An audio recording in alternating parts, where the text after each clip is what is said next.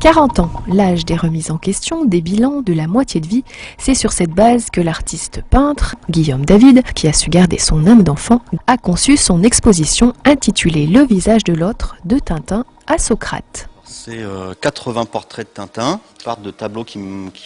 sont d'inspiration de l'enfance jusqu'à une expression plus adulte qui est les portraits de philosophes.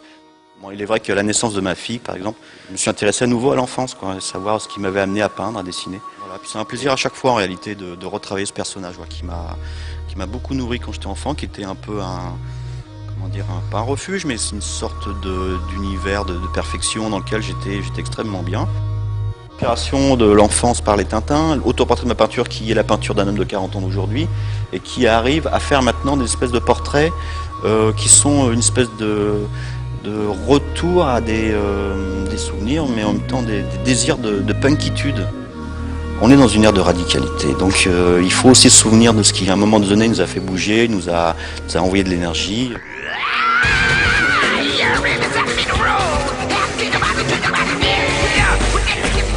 Je suis en train de développer une espèce de personnage qui est ce que j'appelle le punk à barbe, un personnage qui n'existe pas et qui est cette rencontre entre, donc je disais, l'adolescent, le révolté, et la barbe naissante entre guillemets, la sagesse,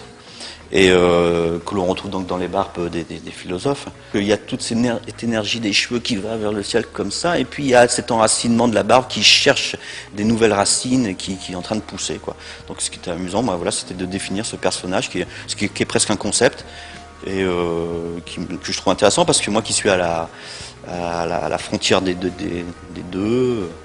je dis pas qu'à 40 ans je suis au milieu de ma vie, ça serait un peu présomptueux, mais en même temps il y a une espèce de truc comme ça, c'est-à-dire qu'il y a une plage devant, une plage derrière, et puis il n'y a pas un constat, mais une espèce de situation où on peut aller piocher dans ce que l'on a fait, ce que l'on a été, et en même temps aller piocher dans ce que l'on va être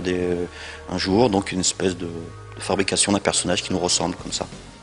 Un artiste inspiré et attachant qui oscille entre couleurs vives et feutre noir pour nous dévoiler ses pensées, philosophiques ou non, à travers son art, la peinture, point d'arrivée de son introspection.